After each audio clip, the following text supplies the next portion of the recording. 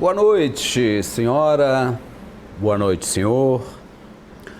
Hoje, cedinho, dando aquela olhada nas publicações do país, eu li que tem um grupo de advogados que está entrando na Justiça Internacional contra o presidente Jair Bolsonaro, com um processo que é assim, crimes contra a humanidade por conta do que ele tem declarado e posto em prática suas políticas públicas em relação aos povos indígenas. Não sei, ninguém sabe, por enquanto, se este processo vai ser aceito. Mas só o fato disso estar acontecendo com um presidente da República, detentor da maior parte da Amazônia mundial, já é preocupante. E tudo envolve terra. A floresta. Essa floresta que é massacrada diuturnamente por garimpeiros, madeireiros, pecuaristas. E parece que alguns olhos que estavam abertos para cuidar dela vêm sendo fechados. Mas a questão da terra no Brasil não é nova. Nem na Amazônia, o Maranhão já teve uma imensa floresta amazônica e não faz tempo. Eu a conheci. Começava bem ali no município de Nova Olinda, Santa Luzia do Paruá. Era uma floresta densa, igualzinho lá no centro do Pará. Uma coisa maravilhosa. Já foi devastada por uma iniciativa, a tal da Lei da Terra dos anos 60, quando foi governador do Maranhão, José Sarney. Então o Sarney é o responsável pela... Não, vamos voltar um pouco mais. Vamos lá no professor José Murilo de Carvalho. Ele nos ensina. Grande professor de história, grande historiador brasileiro. Está velhinho, mas está vivo, Zé Murilo.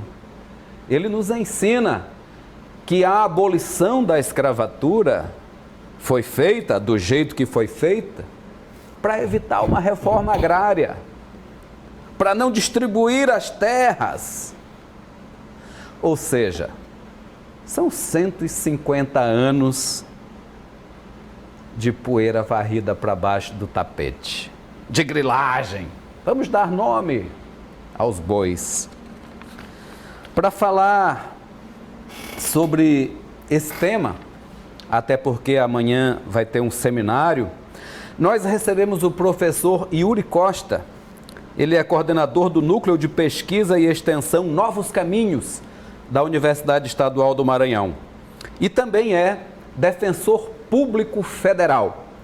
É com muito orgulho que recebemos hoje no nosso programa, professor Yuri. Professor, seja muito bem-vindo aos Analistas. Muito obrigado, Rogério. Muito obrigado, Arthur. É um prazer meu estar aqui presente. Obrigado, seja bem-vindo. Muito trabalho pela frente, né, Geraldo? E não é? Professor, eu não sou um historiador, tenho uma leitura de jornalista, mas o problema da terra no Brasil não é nem ali no século XIX, quando se encerrou, entre aspas, a escravatura no Brasil, é desde a colônia, né? Com certeza. O Brasil, ele herda um sistema de terras, uma lógica de Estado, na verdade, como eu costumo dizer. Eu, além de defensor público, sou professor de História do Brasil, e eu costumo pensar e conversar com meus alunos, né, de que o Brasil, na verdade, ele herda um sistema latifundiário de Portugal. A história do Estado português é muito vinculada à terra, mas não no sentido de democratização da terra. É muito vinculado no sentido, na verdade, de prender a terra ao Estado e de ir concedendo, das mais variadas formas, acesso à terra a um número muito pequeno de privilegiados e criando instrumentos jurídicos que mantenham o Estado na posse ainda que indireta da terra, na propriedade ainda que indireta e condicionando esse acesso. O sistema que nós temos no Brasil, e você no editorial fez aí uma ótima análise histórica, ele aumenta essa lógica na Lei de Terras de 1850, em âmbito nacional, porque ali se estabeleceu que a única forma de acesso à terra é essa modalidade cartorial. Eu tenho um título registrado em cartório e essa é a única modalidade aceita, regra geral, para que o Estado diga que você é proprietário de uma terra. E aí toda a população que está afastada dessa lógica de ir ao cartório e ter um papel que a comprove, ela na verdade é historicamente afastada do acesso à terra. E se hoje nós temos um sistema hoje tão antidemocrático, tão injusto de acesso à terra, é exatamente por isso. E isso já atrapalha ou até invalida a posse da terra para comunidades tradicionais, para indígenas, para quilombolas, não é isso, professor? Porque culturalmente eles não trabalham com a questão cartorária, não tem papel. Exatamente. Alguns, por incrível que pareça, alguns até conseguem se adaptar a essa lógica, porque a gente tem no Maranhão, por exemplo, dezenas de comunidades quilombolas que tiveram acesso à terra mediante doação de senhores de escravos. Tá? Mas esse não é o referencial deles, não é o paradigma deles. A lógica é outra. Tanto é que a lógica, né, do Estado, a lógica oficial é a lógica da terra, é a lógica fundiária. Mas, na verdade, comunidades, povos e comunidades tradicionais, que é uma expressão mais abrangente que a gente utiliza, ela trabalha com a noção de território. O território ele não tem esse referencial da terra delimitada, inscrita no cartório, ela é ocupada. A terra ela é construída, por isso que se fala de território e não apenas de terra. O referencial de terra é o referencial da reforma agrária, que o Estado criou para, em tese, distribuir terras através do loteamento. A maioria dos grupos e povos tradicionais não trabalham com essa ideia, trabalham com a ideia, de fato, da efetiva ocupação. Tanto é que alguns deles não trabalham com uma ideia muito clara do limite, da delimitação, até onde vai, até onde não vai. Isso faz uma diferença muito grande e isso, como você fez referência, retira desses povos e comunidades o contato efetivo com a terra. E como lidar com esse sistema documental que de tempos em tempos ali acaba mudando e não tendo aquele resgate do passado devido e que acaba gerando esses conflitos? Há um entendimento para se unificar essa documentação de terra no Brasil? Antônio, essa questão documental, ela de fato ela é muito violenta, como eu costumo dizer, com relação a esses povos e comunidades tradicionais. Primeiro, que como já foi citado aqui, não é a lógica com que eles trabalham. Segundo, que quem produz o documento, quem produz, sobretudo, aquilo que vai parar em cartório, sempre foram as elites. As elites é que são letrados, eles é que têm acesso às instituições, eles é que tinham, desde a época colonial, renda para poderem ser considerados cidadãos, e aí terem acesso a essas instituições. Então, é uma lógica que vem historicamente afastando esses povos e comunidades disso. A nossa atual Constituição Federal, que apesar dos inúmeros ataques recentes já há algum tempo, ainda tenta aí, de forma meio que capengando, sobreviver, ela criou uma lógica que assiste a boa parte desses povos e comunidades. E aí se relativiza, né, como você perguntou, essa ideia do documento. Você tem outras formas de comprovar a ocupação, você tem outras formas de contrariar a própria existência de um título de alguém que chega lá e diz, olha, eu sou dono dessa terra, mas que consegue se comprovar que há 100 anos não tem posse daquela terra. E ainda mais falando no estado do Maranhão, que é um estado que historicamente possui milhares de títulos fraudados. Tá? Eu já assisti comunidades rurais que sobre o mesmo espaço de terra haviam 6, 7 títulos diferentes se sobrepondo. Se você for colocar ou projetar geograficamente aquilo que existe hoje nos cartórios do Maranhão, sem medo de errar, eu diria que existem 3 estados no Maranhão registrados nos cartórios. Não cabe. Geograficamente não cabe a quantidade de títulos que hoje tem registrado no Maranhão. Algumas áreas são mais evidentes, como, por exemplo, a Baixada Maranhense. Doutor, falando. E recentemente, Geraldo, né, no nosso passado recente, tem a questão fundiária do Araçagi. A gente viu várias polêmicas, né, envolvendo até assassinatos, como teve daquele construtor, e até a Caixa passou a exigir uma certidão de 20 anos, né, para você obter qualquer tipo de financiamento, justamente para resguardar esse passado recente. Como é que pode, assim, se criar uma lei, um órgão público, né, como a Caixa Econômica, né, que é um órgão de fé pública, né, criar uma lei exigindo isso, que ela reconhece a existência da fraude, né, e as autoridades não conseguem resolver esse problema? São Luís, o Maranhão como um todo tem esse problema. Eu costumo pensar e entender que São Luís é no Brasil inteiro o local com maior problemas fundiários, problemas básicos de identificação de quem é um proprietário. Se você for perguntar para o órgão, Nathanael, que administra o patrimônio da União, ele vai dizer que mais da metade da ilha de São Luís é federal. Se você for perguntar para o Estado do Maranhão, para a Secretaria das Cidades, ela vai falar a mesma coisa no âmbito estadual, vai dizer que a União, em determinado momento, doou lotes, né, para ela, glebas, como se chamava à época. Se você for perguntar para o município de São Luís, ele vai dizer, não, nós somos município, nós somos a capital do Estado, somos uma ilha e todo o território é nosso. Isso complica muito a situação. Junto a isso, e aí você fez referência à área do Araçagi, e também várias áreas envolvendo municípios, os 4 municípios da ilha de São Luís, a gente tem esse problema crônico de fraudes cartorárias, que não é uma novidade. Tá?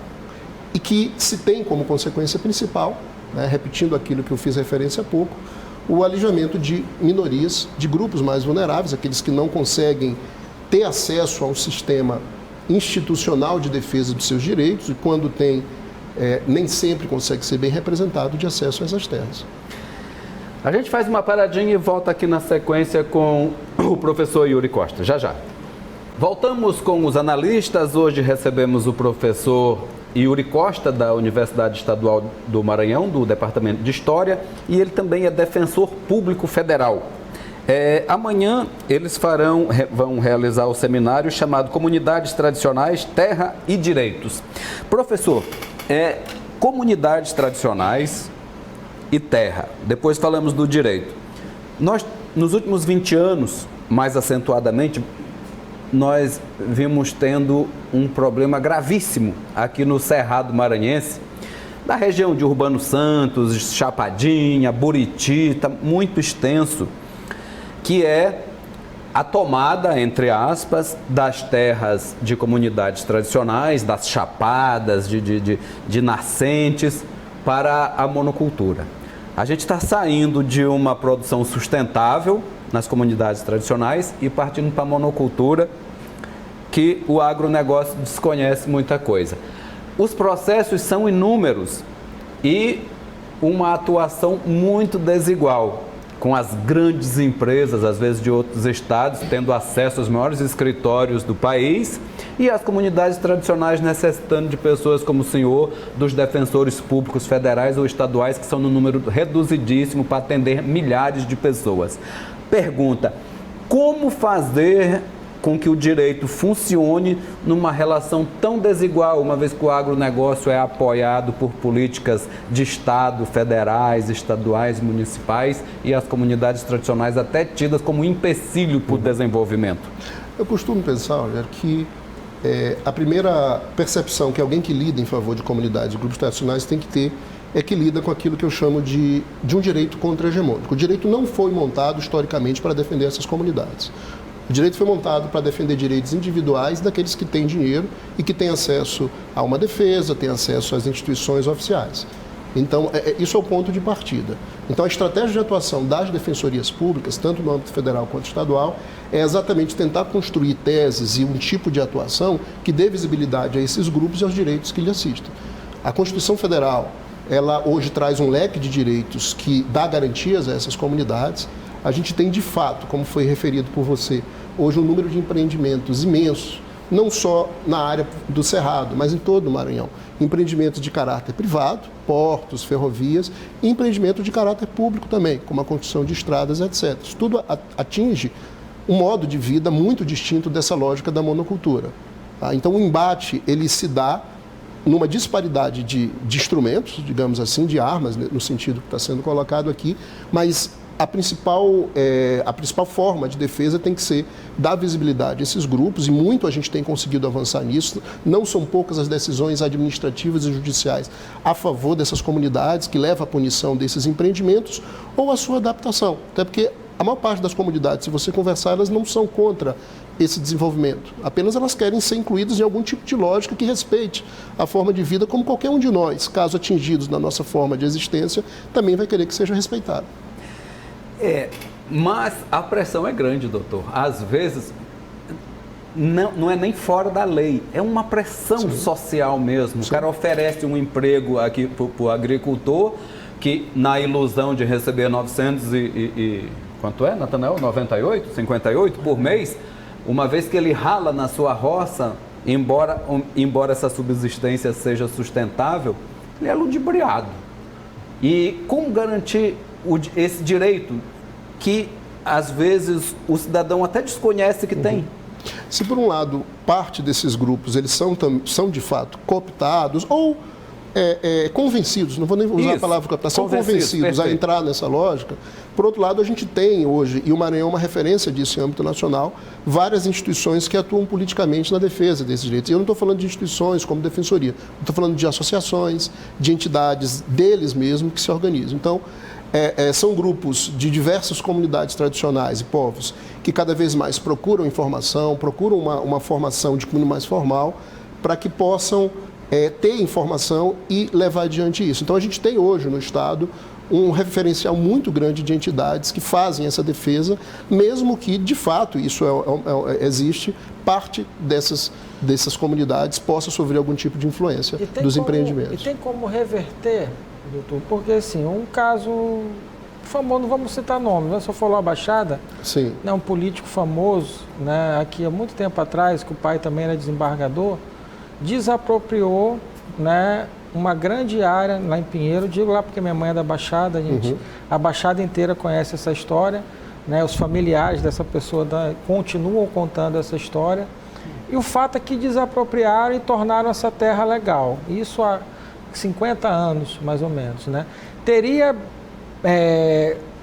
comprovação legal para reverter esse quadro, né? Por exemplo, ou prescreve na justiça o crime de terra no Brasil? Esse tipo pode prescrever algum tipo de atuação contra essa, porque a gente está lidando de um direito que é disponível, um direito que pode ser reivindicado ou não.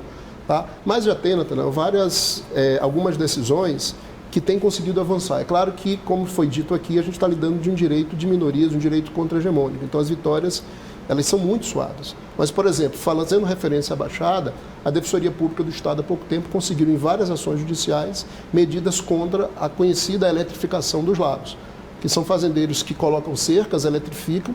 Muitas pessoas já morreram, animais já morreram, não humanos já morreram por conta disso.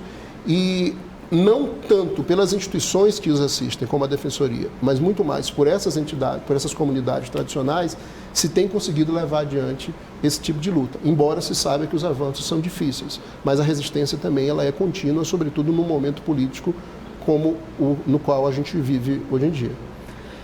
E vocês realizaram, ano passado, uma série de documentário, doutor. Fale um pouquinho sobre a realização desse documentário, como é que foi? Ok, o Novos Caminhos é um núcleo de pesquisa e extensão da UEMA, que está organizando, como foi citado, o evento amanhã.